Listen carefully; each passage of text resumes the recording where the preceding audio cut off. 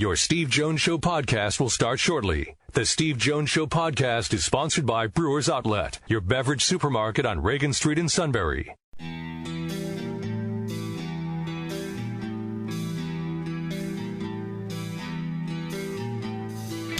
Sports talk where your voice counts. This is the Steve Jones Show on News Radio 1070 WKOK. Now from the Sunbury Motors Studio, here's Steve Jones. Today's show brought to you by Brewers Outlet, Reagan Street in Sunbury, the beverage supermarket, imports, domestics, microbrews. Best selection of beer anywhere. And a lot of people like wine coolers, water, soft drinks, lots of snacks. They roast their peanuts fresh and hot every day. 6 great flavors of slushies and the pickle bar, led by the barrels and the dills. Let's hear you in New Berlin. Indeed, second to none. Well done. All at Brewers Outlet, Reagan Street in Sunbury, the beverage supermarket. We're in the Sunbury Motors studio. Sunbury Motors, 4th Street in Sunbury. Sunbury Motors Kia, routes 11 and 15 Hummel's Wharf, online at sunburymotors.com. Time now for our play-by-play call of the day. Tyquan Thornton of Baylor. These times are unofficial. However, if it's official, we have a new fastest man in the history of the Combine. I thought he stumbled. That is 1/100th of a second faster than John Ross's time in 2017. I think he should be the first overall pick, don't you?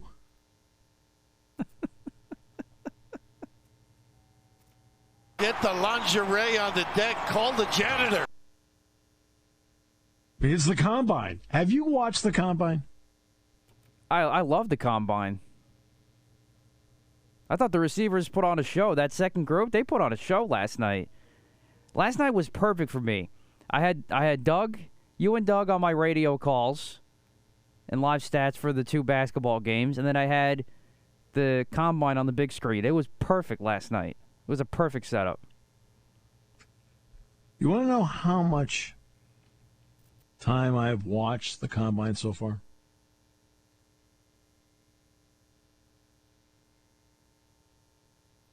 No, senor! No, senor! No, senor! Exactly. 0. These are all important job interviews for these guys. They're all important job interviews. There's no getting around it, and there's a lot of elements to it. And when they come here to do the pro day, I'll go out to the pro day and I'll watch it.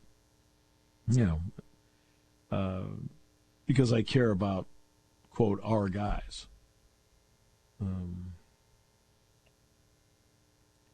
And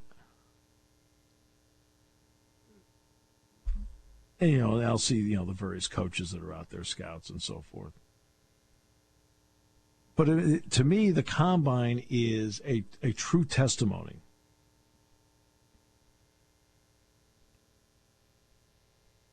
to how much people love football.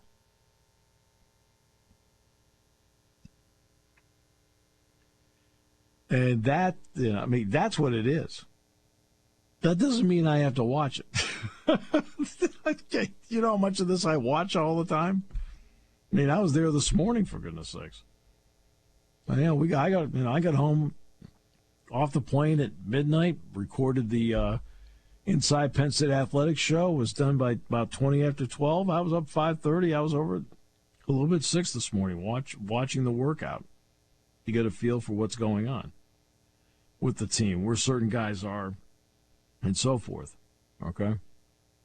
I don't need to watch the Combine. It's like, okay. But you love it. I do. I think it's fun. I know it's not the end-all, be-all. I'm smarter than that, usually. But it's still fun to watch, and also it gives you an opportunity to look at players that maybe you never thought of before, and maybe you want to go watch the tape of one of those players and see if the tape matches to what you saw at the Combine.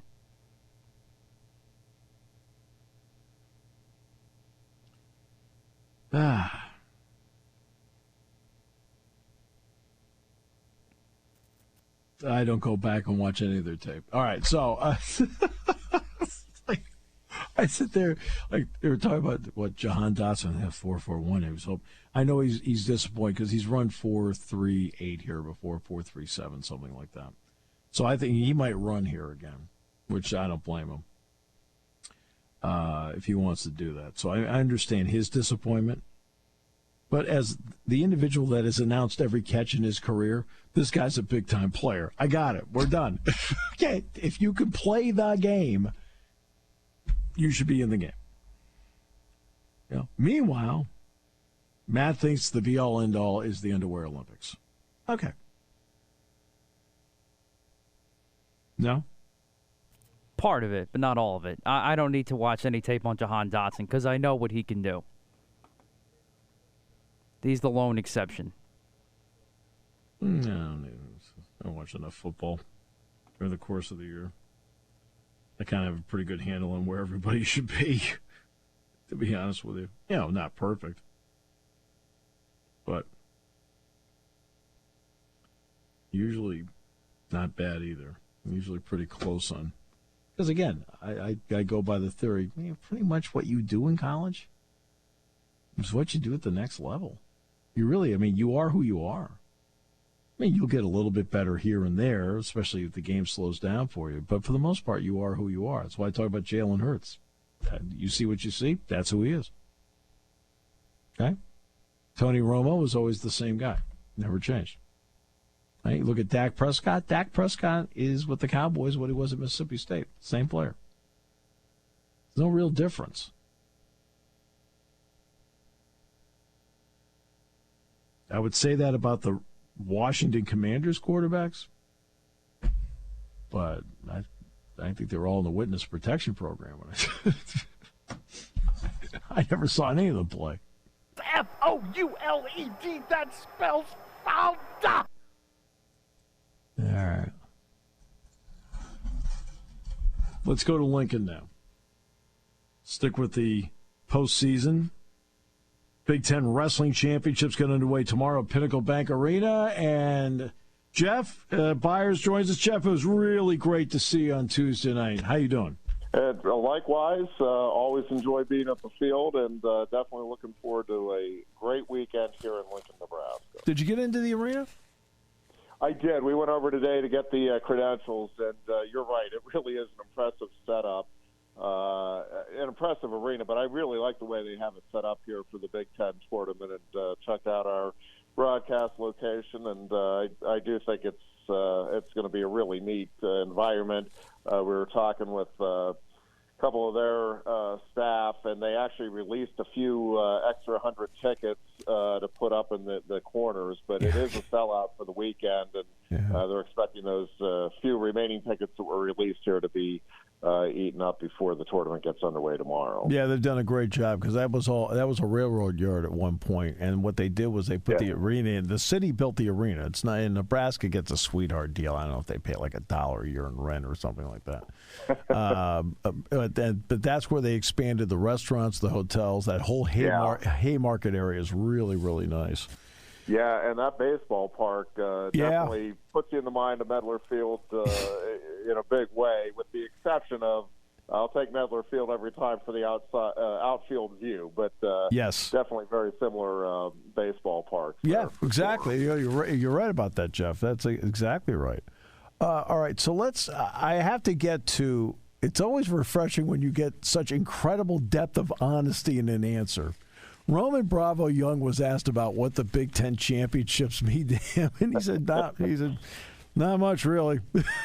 Yeah. I sat back and said, hey, look, if you were to ask Duke basketball players, what this means to them, the ACC tournament, and one of them said, well, it's for better seeding in the NCAAs, I'd be like, okay, great. What an honest answer. Right. You never would hear that.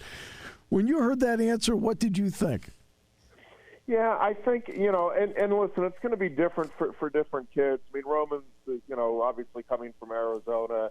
And listen, at the end of the day, there's no question. The ultimate goal in this sport is to win a national title. And that's where, your legendary status can be secured. you look at. I was just thinking about this today because Alex Marinelli has obviously had terrific success at the Big Ten tournament. He'll be going for his 4th Big Ten title this weekend, and he'll be trying to become just the 17th wrestler to achieve that feat. But if he does not win a national title here, he is going to feel like his career had, a huge void. And I was reading one of the, newspaper accounts in Iowa leading up to the tournament, and they're like, Marinelli going for his 4th Big Ten title, but don't think for a second he wouldn't trade all of those in for one NCAA title. Yes. And that's just, yeah. At the end of the day, that's, obviously what everybody's in this thing for is to try to win the national title. And listen, these guys are competitive. I mean, they want to win everything. You want to be undefeated. You want to be a Big Ten champion and an NCAA champion. But there's not a wrestler out there that's, if they're being honest, that isn't going to tell you, if I lose a couple of matches during the dual meet season and finish as the runner-up into the Big Ten and win the NCAA title, I'll take that every time. He was being honest. Yeah, no doubt. Okay, I give him a lot of credit for that. He's being honest. All right, so we know Penn State is a great dual meet team. What kind of sense do you have for them as a tournament team? Yeah, I think they're going to be really, really good, Steve. Until you get into it, and this is a little unusual season in that Penn State has not wrestled in a tournament this season, and that is very atypical. Obviously, Penn State is usually competing in at least one early season to mid-season tournament to kind of get that feel. But just the way this season played out, that was not something Penn State did. And so, it's just a little different in that regard in that we don't know for sure how this team will respond in a tournament environment. That being said, all of these kids have been obviously in a lot of wrestling tournaments over the years. It's not like they're going to be shocked with the tournament format. But, I think you look at the overall depth of this team, you look at the top-end strength, and you look at the bonus point potential. This team is certainly, I think, well-equipped to have a very strong showing both this weekend and at the NCAA championships. So what is Drew Hildebrand, man? What is his addition to the lineup? What has that meant, and how well do you think he has wrestled? Yeah, I think he's been really good, Steve, and I think he's making some little adjustments. I think the biggest thing to me that's been impressive with Drew is just the way he fits in with the program. It does not feel like this is a kid that's just going to be here essentially for a semester of competition. He feels like a Penn Stater. He just brings a great attitude every day to the room, great competitive spirit. And listen, he came to Penn State because he wanted to see how high on the podium he could get, and he felt this was the best place to give him that opportunity after graduating from Central Michigan. So, obviously on the mat, he gives you a presence that Penn State hasn't had since Nico Megaludis' graduation at that weight. But I think it's more than that. I think it's really been the type of teammate and leader that he's become in a very short period of time here. Guys like Curtis Storace, Aaron Brooks, Nick Lee, and the aforementioned Roman Bravo Young are right there among the favorites to win again at the Big Ten Championship. Give me a guy that maybe people aren't thinking about that could make a move and make a couple steps up the podium, in your opinion.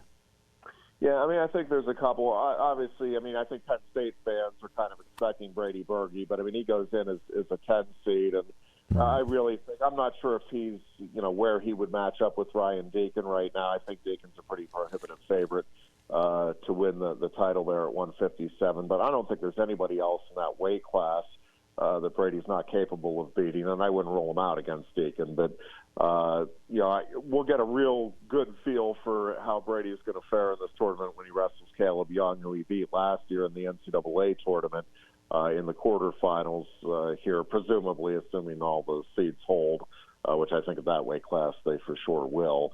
And I think Brady, again, he's going to go in as the 10 seed. I don't think it'll be shocking to see him in the finals. I think he could finish kind of anywhere from second to probably as low as seventh, but I don't think he's I don't think he'll be in danger of not getting one of the automatic bids there. But listen, I think the guy that you're really looking at if you're Penn State is Bo Bartlett, and whether or not he can just kind of open some things up offensively. I mean, I think the skill set is there, Steve, and he's shown he can be competitive with these top guys, but he's got to generate some offense in order to get over the hump. And, you know, it's something they've been working with him on all season, and we'll see if he can kind of cut it loose and, finish significantly higher than that 7 spot, which would get him an automatic berth to the NCAA tournament. But, that's not the point-scoring potential that they're looking for from him there. And then Creighton Edsel's another guy, Steve. I just think, the commitment he's made to this team and program and to himself, you'd like to see that pay off with a top 7 finish and an automatic berth to the NCAA tournament. I think he's a guy that if he finishes 8th will have a real strong case for one of the at-large selections at that weight at 165. But, those 3 guys are the guys that you're kind of looking at as guys who can make a significant move up from their seeds here at the Big Ten tournament. So I want to stick on Bo Bartlett for a moment, because I always have felt that for a long time, when you go from high school to college, you do get better, but you are who you are. And when you go from college to the pros, so it's we talk about football or basketball, you pretty much that's who you are. Jalen Hurts is who he is with the Philadelphia Eagles, as an example. How tough is it for Bo Bartlett do you think it is for him to change what's been successful for him, but now he's at this stage where he needs more offense? How difficult is that for him mentally to understand? I mean, I'm sure he's trying to convince himself to do it, but then he gets in there and you are who you are. How difficult is that for him? Yeah, and Steve, in high school he was more of an offensive-oriented wrestler. I think last year it kind of got into his head because he was wrestling up a weight class, that he needed to try to be a little more defensive-minded. And I just think, it's been a little difficult getting him out of that mindset. Now, that being said, all along, he has said throughout the offseason and during the season that it's all about building for the postseason. So we'll see. I mean, I think you're right. It's difficult to, just turn it on in that regard. That being said, there have been some little things you've seen in terms of progress and, getting better penetration. But, again, against the elite guys, whether or not he's able to kind of trust his shot and open up and go for it, we'll have to see this weekend. Yeah. I think the skill set is there, Steve, for him to have a really strong showing both here at the Big Tens and to get on the podium at Nationals. But, it's really up to him and how offensive-minded he can become. Because he shows that flash. And you'll see the flash of it, and you're like, okay, For sure. And then it's like, doggone, and then he'll revert. And it's like, oh, that's the frustrating, because you just feel like he can be a guy that can score. Hopefully that happens this weekend and puts him in a good spot. Kirk Fleet at heavyweight. Let's see. The Minnesota guy's pretty good. That's an issue. Where is he better, where he can put some heat on the top guys? Because he's a top guy himself. Yeah, for sure. He's just a really good all-around wrestler, Steve, and I think he's a guy that has a real understanding of what it is he needs to do here this weekend, and more importantly in a couple of weekends to get where he wants to be. And listen, I can guarantee you, for as good as Gable Stevenson is, Greg Kirkleet is not going into either of these tournaments thinking, hey, I'm in this thing to try to get second. That's right. It's not the mindset in the background that he has. So, obviously that's a very tall order. He'll likely get Tony Cassiope in the semifinals. Cassiope's been a thorn in the side over the last 2 seasons, but I really think you're just going to see a different strategy, and I'm expecting Kirkley to be able to prevail in that matchup and get a shot at Stevenson. And I think from Penn State's perspective, you're hoping that you at least get that look and feel here. Obviously, Kirkley has a long history here with Stevenson. It's not like he hasn't wrestled him, but I think getting a feel for him for where he's at now It's amazing what a couple of weeks can do once you get a feel. And, we've seen that with Nick Lee and Jaden Ironman. We saw it with Michael Kemmer and Carter Starachi. You get that feel, you can go back and make some adjustments and, maybe turn things around in a couple of weeks if the result isn't what you're looking for here this weekend. When Penn State wrestled Iowa in the dual meet, what impressed me is that, look, Penn State wrestles 2022 style. Now, again, this is my opinion. You can chime in because you're the expert. I still feel like Iowa wrestles like it's 1986. And Penn State beat them at their own game. And that's what struck me as though one of those, like, if I'm an Iowa wrestling fan, would take me back. Penn State beat them at their own game. How important is that for Penn State when they do match up Iowa, that they can incorporate their 2022 style but still have the ability to beat them at the 86 style? Yeah, I think it is a big deal, and I think it's one of the things, to me, Steve, that's really been kind of a signature of Cale Sanderson's teams is, a lot of these guys can beat you a lot of different ways. Right. If you are able to slow down their attack from the neutral position, okay, are you going to be able to get out from their ride? Are you going to be able to keep on top of them? The top end guys for Penn State are all looking for bonus points every time out. And I think they all have that ability to adapt and adjust. Nick Lee, I don't remember seeing him hit an inside trip in a match before. Right. The overtime one in the finals last year. These guys all have a tremendous skill set, and I think the one thing that I love about Cale and his approach is that it is all about wrestling in that room. And when Bo Nickel talked about, listen, I've been in that position thousands of times. I mean, he wasn't exaggerating, and right. All of these guys just have that passion, and I'm talking about the top end guys. They have that passion for the sport, and they just love competing and kind of picking each other's brains. And obviously, you have a top end staff here in terms of the technical side of it. Is just watching some things they were working on with Carter Starachi and Casey Cunningham is as good as there is in the country in terms of little adjustments with technique to get guys over the top. And I just think these guys, as we've seen throughout Cale's tenure, they're going to be prepared here this weekend and especially in a couple of weekends to have their peak performance. It's about 3.5 hours from Des Moines. It's about 4.5 hours from Iowa City. How do I know stupid things like that? I drove it. I had to drive it once. So is it pretty much crowd-wise an Iowa invasion? Yeah, I'm expecting that's going to be the case.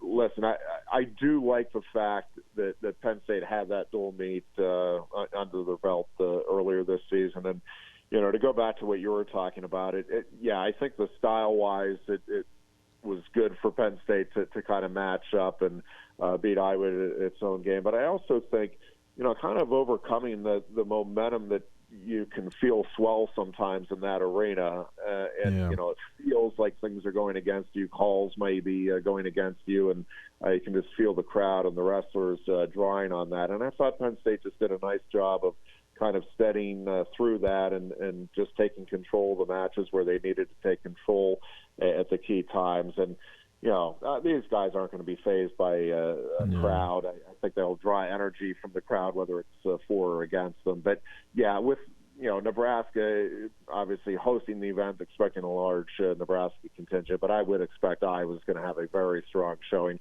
And listen, Penn State will have its fair share of fans here. Penn State travels very well, obviously, these days. But, I think it's largely going to be an Iowa-Nebraska crowd here in Lincoln. I just felt like watching them in Carver Hawkeye, they blocked that whole thing out.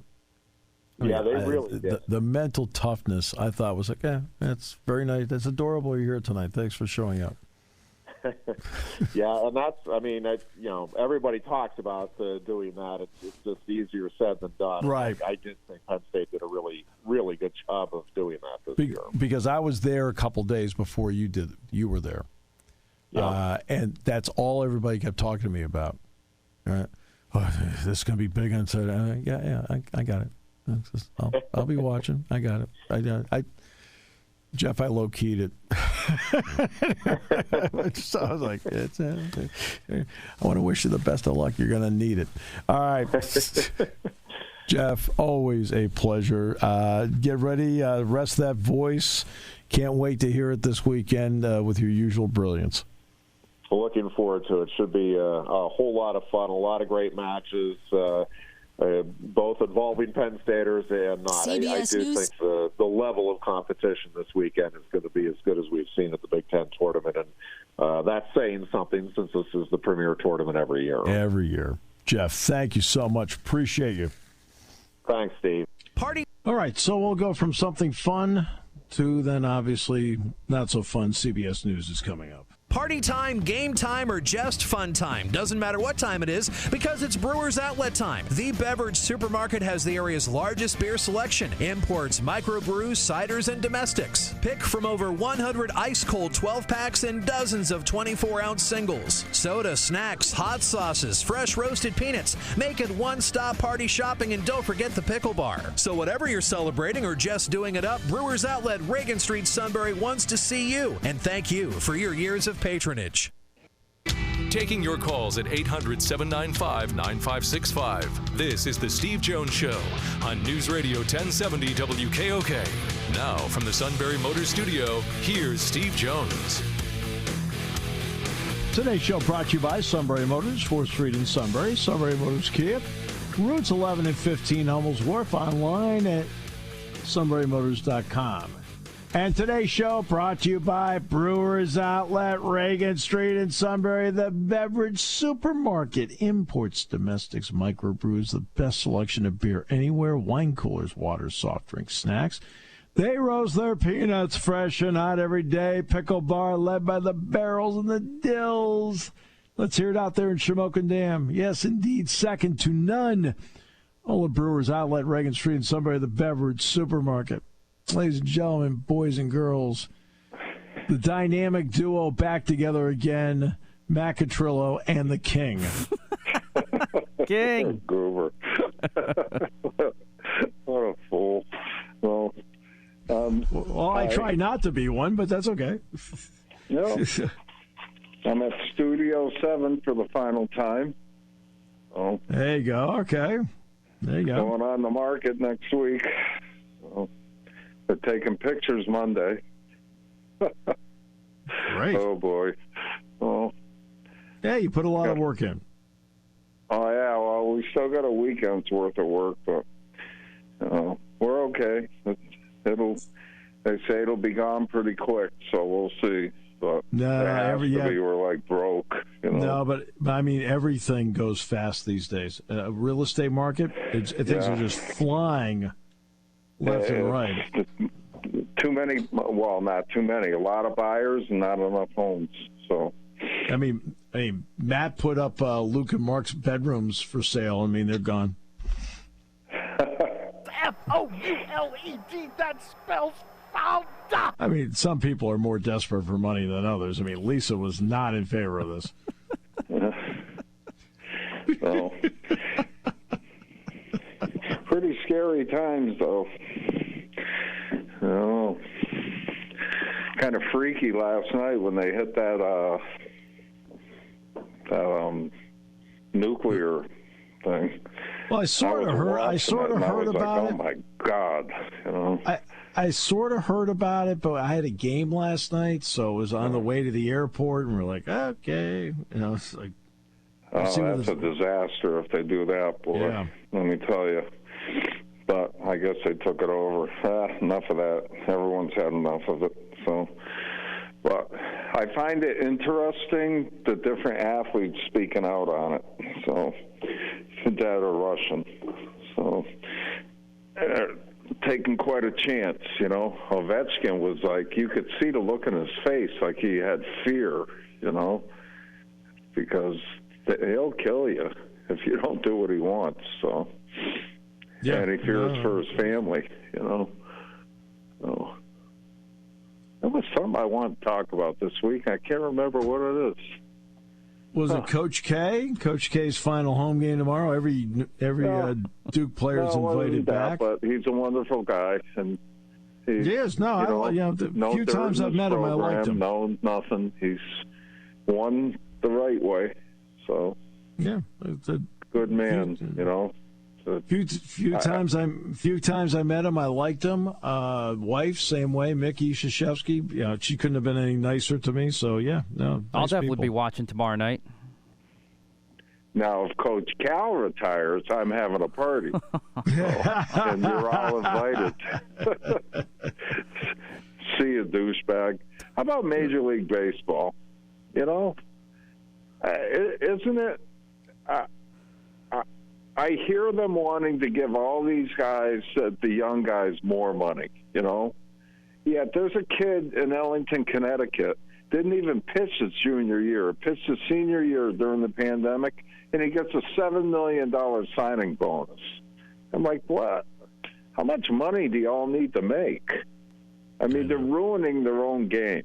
They're completely destroying it because people don't care that they're not going to play.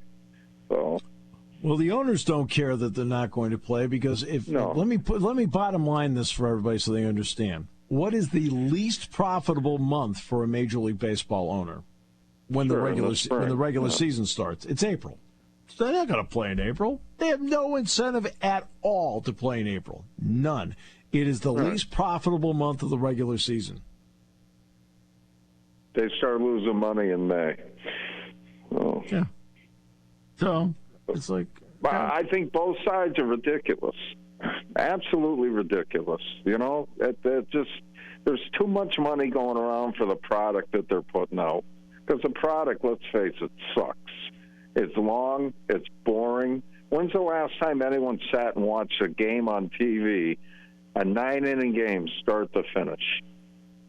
I know I haven't, and I used to, but I don't have time. I don't have 4.5 hours.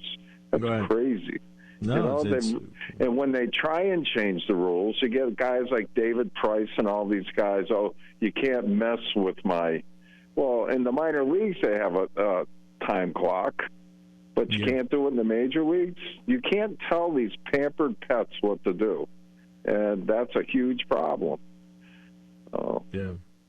I find it funny that Matt Scherzer and guys like that are the ones doing negotiating. The guy makes $1 million a game. What are you negotiating? It's like, look, this is the doing part it for the young guys. Well, you know what? They got to earn their way like the rest of us. They're only going to make so much money. Oh well, then find another job. I don't get it.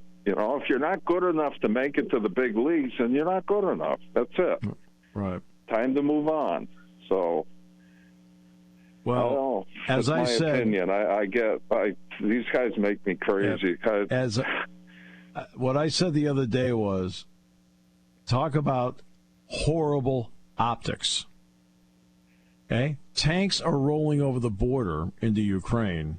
Yes. And you're whining, moaning, and complaining about the luxury tax number. Yeah. Okay, we're done. Hey, we have to take a break. We'll come back with more in a moment here on News Radio 1070 WKOK. When car repairs get difficult. Well, I just don't know. Me neither. We get good. Sunbury Motors. More than quality new and used cars, Sunbury Motors specializes in complicated auto repair diagnosis. They can handle intricate repairs and even complete auto body with service open Monday through Friday, 7 till 4. And Sunbury Motors has made simple repairs easy. Maintaining your vehicle is necessary. Finding the time to do it is difficult. Welcome to Sunbury Motors Quick Lane. Open 7 till 4, Monday through Friday. Just walk in or call ahead. Relax in their remodeled waiting room with Wi-Fi, beverages, and snacks. While Sunbury Motors factory trained techs take care of your oil change, tire alignments, brakes, and inspections. Quick Lane, 6:30 to 6, Monday through Friday, Saturday, 6:30 till 2. Sunbury Motors, Ford and Hyundai, North 4th Street, Sunbury. And Sunbury Motors Kia, routes 11 and 15 in Hummel's Wharf. We take the out of auto repair.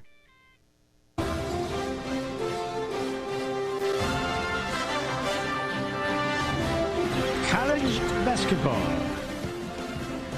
I asked the suit one time what college basketball meant to him. He said about $2 million a year contractually. I mean, it's not the kind of emotion I was looking for. Fouled. That spells fouled up. All right, well, last week, we were all bad last week, but King, because of that stinking St. Mary's pick, although I give you credit, way to go. won last week. So therefore, King and I are now 8-7, 2 games behind Steve at 10-5.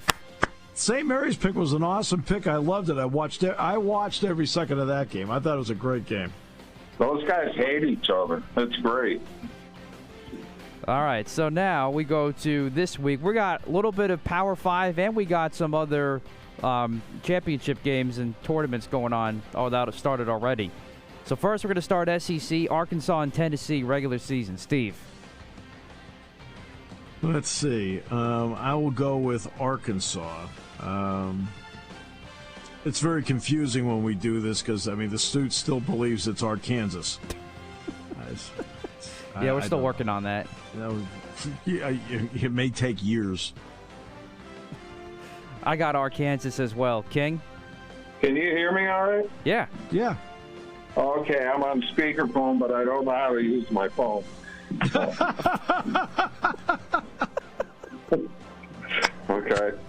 Okay. They were testing me out at the shop, and I was calling people. And Arkansas, Tennessee. I'm going to go on a limb here and take Tennessee. Okay, going with the Vols. All right. Yeah. Big 12 now. Texas at Kansas. King. Kansas. I'm going with the Jayhawks, too. Texas has been lately. Steve. Kansas has been lately, too, but they rallied and beat TCU last night. Because it's at Fog Allen, I'll go with Kansas. All right, now we go to the Kings, UConn Huskies versus DePaul. Steve. I'll tell you, Cole is a heck of a player, and I like the way UConn's playing. UConn wins. I got your Huskies, too, Mr. King. Who you got? Oh, that's a stupid question. I know who you got. DePaul. Oh. No, UConn. UConn's playing really well. They're a good basketball team. I think they're going to have a good run. I thought you knew something we didn't. All right. So we all got UConn. All right, now we're starting to mix it up a little bit. We got Patriot League tournament action. Boston U at Navy. King. I love Navy. Navy. Steve? I can't pick against my friend of 40 years, Ed DeChellis. I can't pick against him. Navy.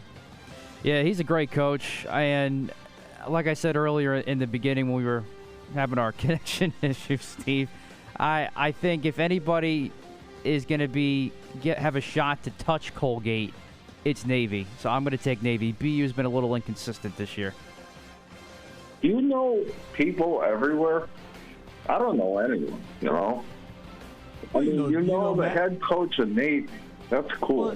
Well, but he was here at Penn State for 30 years. Well, I don't know that. But, and I know him because he comes to Soika Pavilion once a year. I mean, you know Matt and me. Yeah, so I guess there's a connection. Yeah, there you go. So there's like 7 connections to Kevin Jones. I like this pick by you. Yeah. This game pick. All right. Next one, we got Delaware and Drexel CAA tourney action. King. I love Drexel. Good team. I'm going with the Dragons and the City Six as well. Steve? I'll freely admit I know nothing about this game. I'll go with Drexel. All right. I mean, I probably should have called Dick Girardi about that. Say, DJ, give me a primer on Drexel here. All right, next one. Have to pay a little better attention here, Steve. I'm gonna have to because at one time Brian Daly's son was playing for Delaware, but that's but not anymore. All right, now we got Atlantic Sun tourney action. Jacksonville State and Jacksonville, top 2 seeds for the title. Steve. Who's the number 1 seed? Jacksonville State. But only beat Jacksonville by 6, I believe, the last time they played each other earlier in the regular season.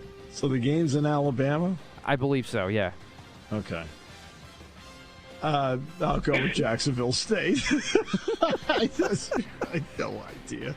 I'm gonna go on a limb and go with Jacksonville here. You know, it seems like they're two evenly matched teams.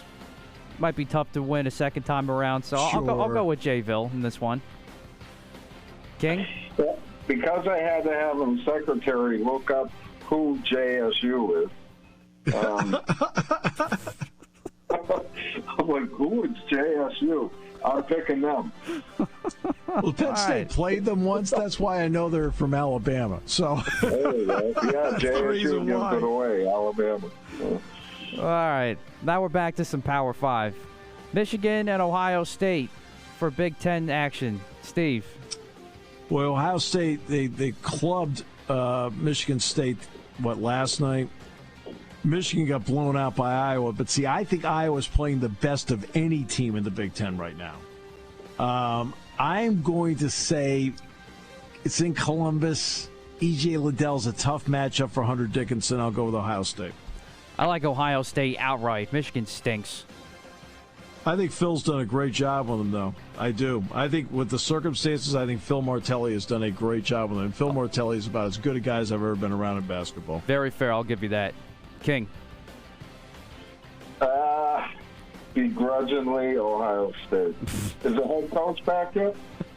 No, Juwan's not back till the Big Ten tournament next week. Oh, okay. Yep. Which we both cry foul on, but whatever. That's a different topic. It's all right. That's fine. They can bring him back whenever. It doesn't matter to me. I think you could have knocked the guy out, but whatever. And finally, Coach K's final game on Tobacco Road. UNC and Duke. Saturday night. Steve. North Carolina will crush these guys. I mean, it's going to be embarrassing. Duke by double digits. Yeah. This is going to be over by halftime. Duke. Oh, it won't be over, but no, it will not be over by halftime. North Carolina's got some athletes. I mean, believe me, it won't be over by halftime. I think it will be. That first game was an embarrassment for UNC. Every team gets better. That's true. King, who you got? I don't think there's any question these players are going to play the game of their lives. Duke. There you go. All right, we're locking them in. You almost fell over when I said North Carolina would crush them. That would be funny. Nah, that would be horrible, you know? But that's sports, so... Something tells me Hubert Davis doesn't bring with him the same rallying cry that Dean Smith did. So... Well, cry. How about the other guy who used to cry at every game? Oh, Roy, oh my God, I could not watch that guy. He'd make me sick. Every game he'd start crying. We try so hard. I'm like, oh my God, suck it up. I'm kind of with you there on that one.